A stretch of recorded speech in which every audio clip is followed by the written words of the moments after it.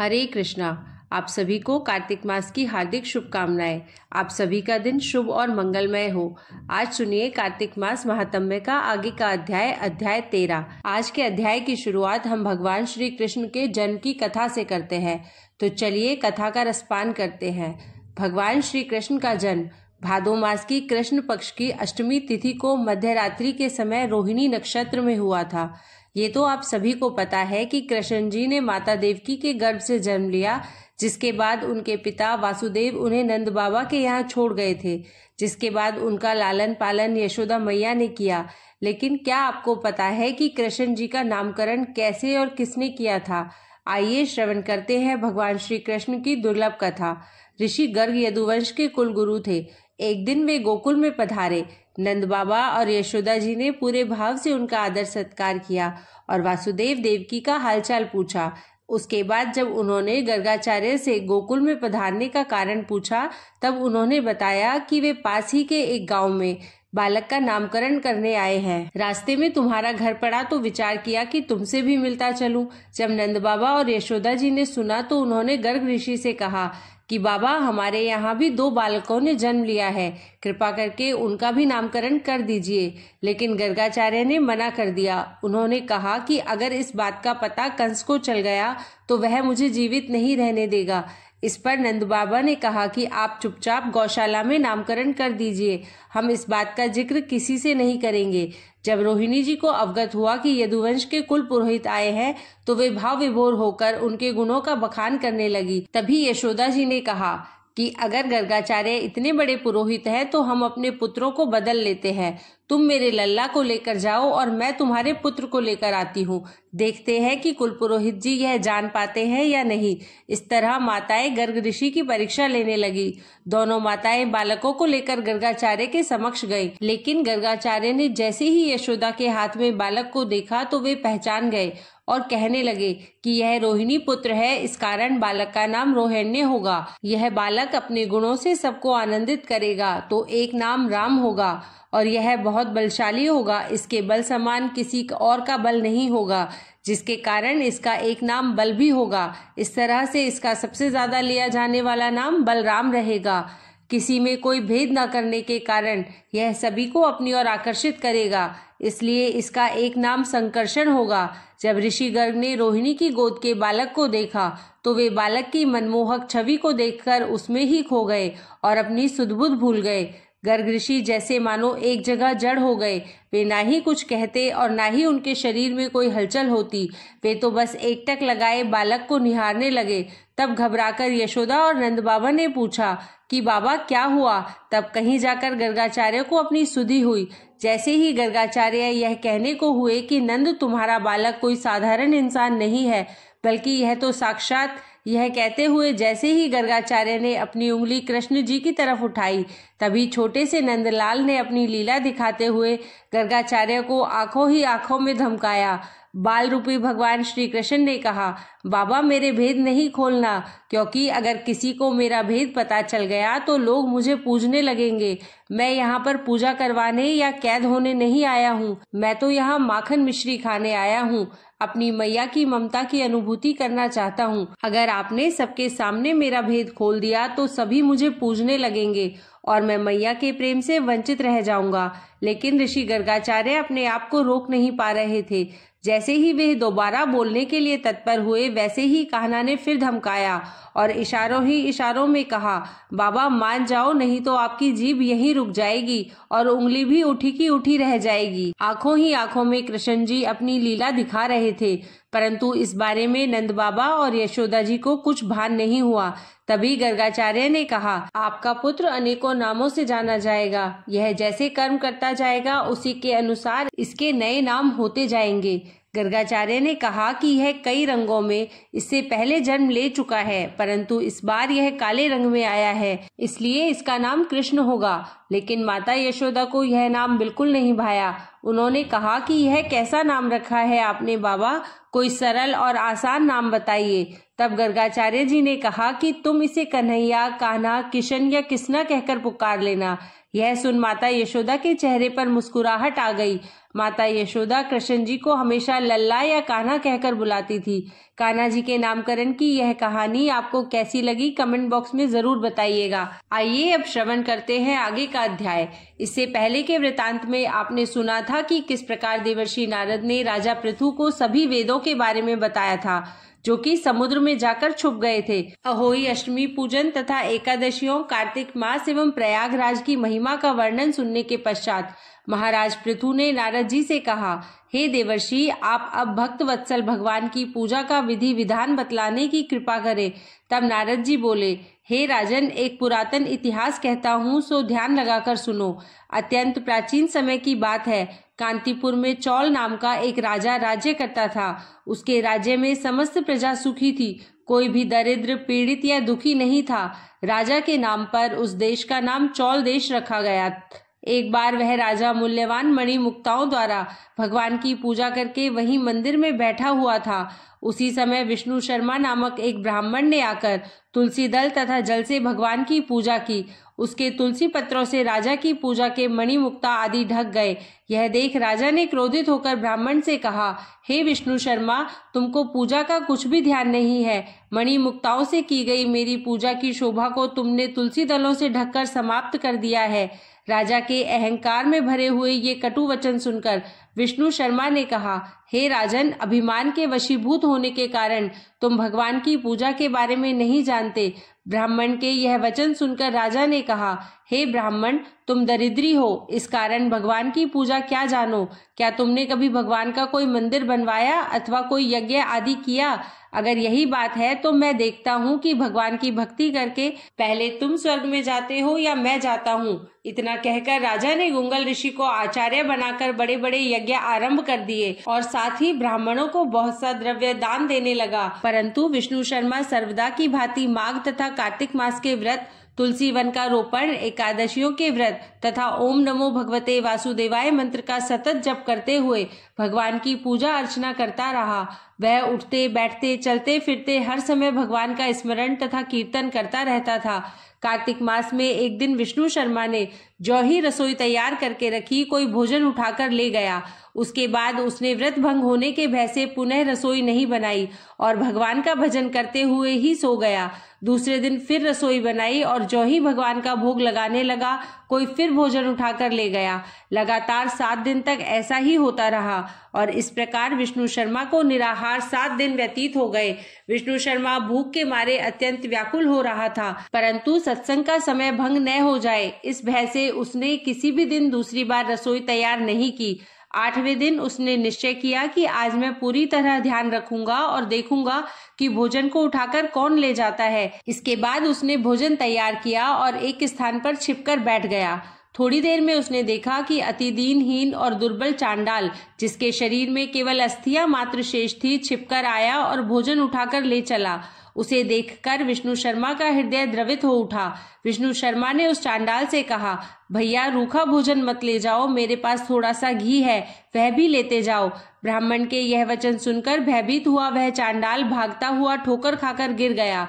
तभी विष्णु शर्मा भी उसके समीप पहुंच गया और एक वस्त्र से उस पर हवा करने लगा। थोड़ी देर बाद उस ब्राह्मण ने देखा कि उस चांडाल की जगह शंख, चक्र, गदा, पद्म तथा वनमालाधारी भगवान विष्णु स्वयं वहां लेटे हुए हैं। उसी समय विष्णु शर्मा ने भगवान के चरणों में गिरकर नमस्कार किया। तभी रुद्रादि देवता भी वहां पर आ गए और ऋषि मुनि वेद मंत्रों से उनका पूजन करने लगे। तब विष्णु भगवान ने अत्यंत स्नेह पूर्वक विष्णु शर्मा का आलिंग करके उसको अपने साथ विमान में बिठा लिया और अपने साथ वैकुंठ को ले गए। चौल राजा भी यह दृश्य देख रहा था। भगवान की विष्णु शर्मा पर यह कृपा देखकर राजा अत्यंत दुखी हुआ और उसने आचार्य गुंगल को ऋषि को बुलाकर कहा, यह सब क्या हो रहा है? जिसके द्वेष के कारण मैंने इतने यज्ञ और दान पुण्य किए, वह वैकुंठ को जा रहा है और मैं यहीं पर उपेक्षित खड़ा हूँ। क्या मेरे यज्ञ और दान आदि सब निष्फल गए? इससे यही सिद्ध होता है कि भगवान यज्ञादि से नहीं, केवल भक्ति से प्रसन्न होते हैं। आजीवन ब्रह्मचारी रहने के कारण राजा के कोई संतान भी नहीं थी। तब से अपने संपूर्ण राजपाट, धन संपत्ति आदि अपने भांजे को सौंपकर भगवान मुझे स्थिर भक्ति प्रदान करे, ऐसा कहते हुए राजा यज्ञ कुंड में कूद गया। यह दृश्य देखकर गुंगल ऋषि ने क्रोध में आकर अपनी शिखा उखाड़ ली।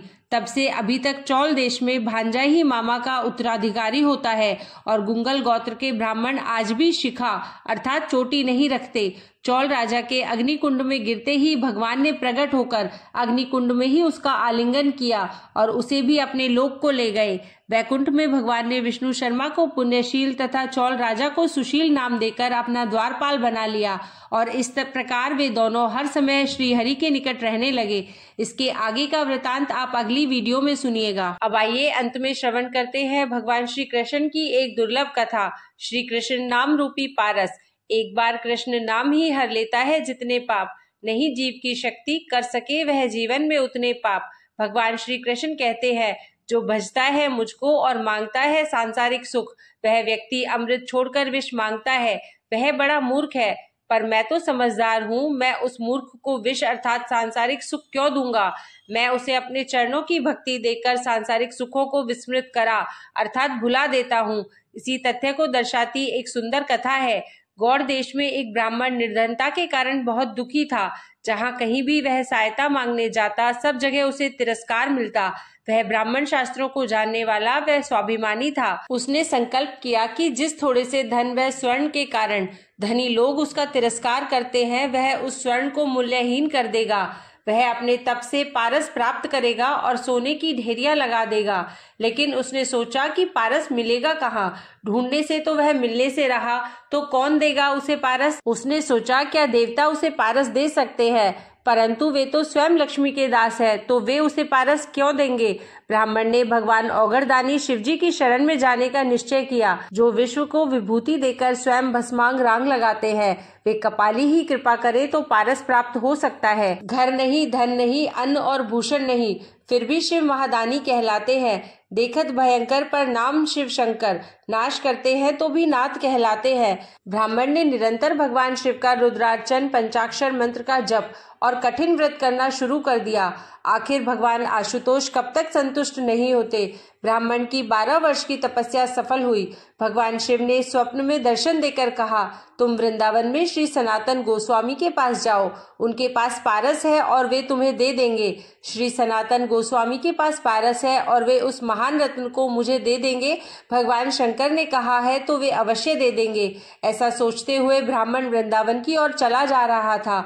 खुशी के मारे यात्रा की थकान व नींद उससे कोसों दूर चली गई थी। वृंदावन पहुंचने पर उसने लोगों से श्री सनातन गोस्वामी का पता पूछा। लोगों ने वृक्ष के नीचे बैठे अत्यंत कृशकाय अर्थात दुर्बल कौपीनधारी गूदड़ी रखने वाले वृद्ध को श्री सनातन गोस्वामी बतलाया। चैतन्य महाप्रभु जी के शिष्य सनातन गोस्वामी वृंदावन में वृक्ष के नीचे रहते थे। भीख मांगकर रूखी सूखी खाते, फटी लंगोटी पहनते और गूदड़ी व करवा साथ में रखते थे। 8 प्रहर में केवल 4 घड़ी सोते और शेष समय श्री कृष्ण नाम का कीर्तन करते थे।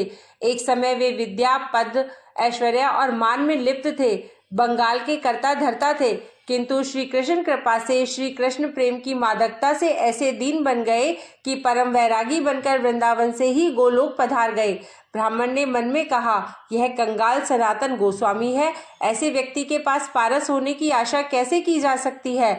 लेकिन इतनी दूर आया हूँ तो पूछ ही लेता हूँ, पूछने में क्या जाता है।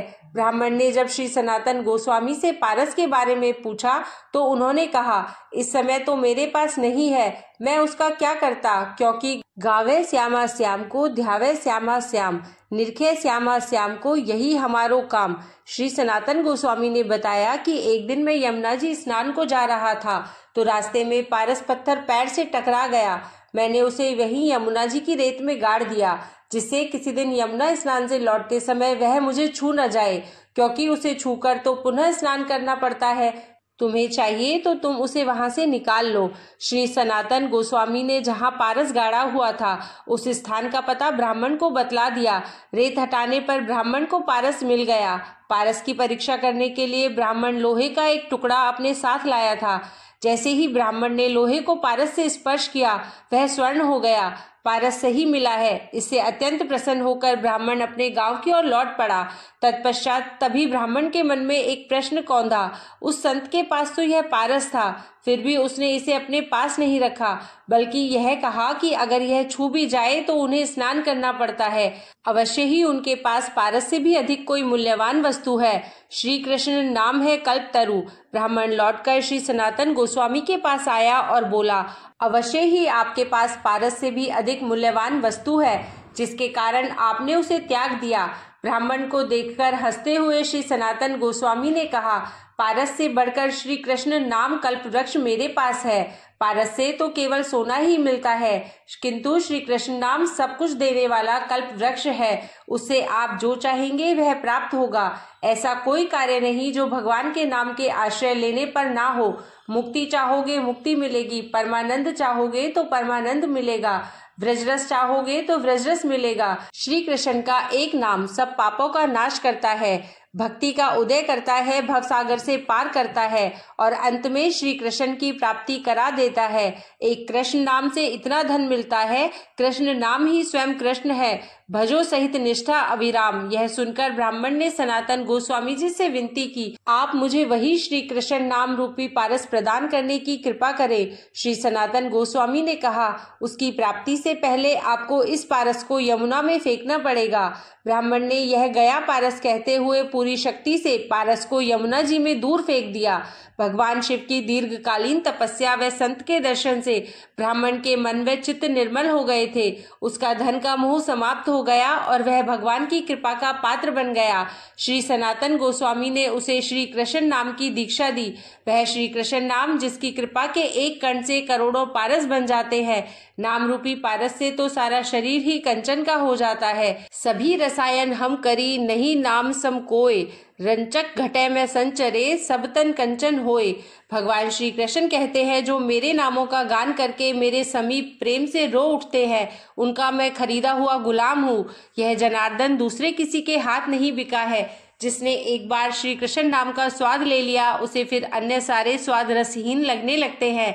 भवसागर से डूबते हुए प्राणी के लिए वह नौका है, मोक्ष चाहने वालों के लिए वह सच्चा मित्र है, मनुष्य को परमात्मा से मिलाने वाला सच्चा गुरु है, अंतःकरण की मलिन वासनाओं के नाश के लिए दिव्य औषधि है। यह मनुष्य को सुख से सुखदेव बना देता है ना सचमुच श्री कृष्ण नाम पारस से बढ़कर। प्रेम से बोलिए जय श्री कृष्णा।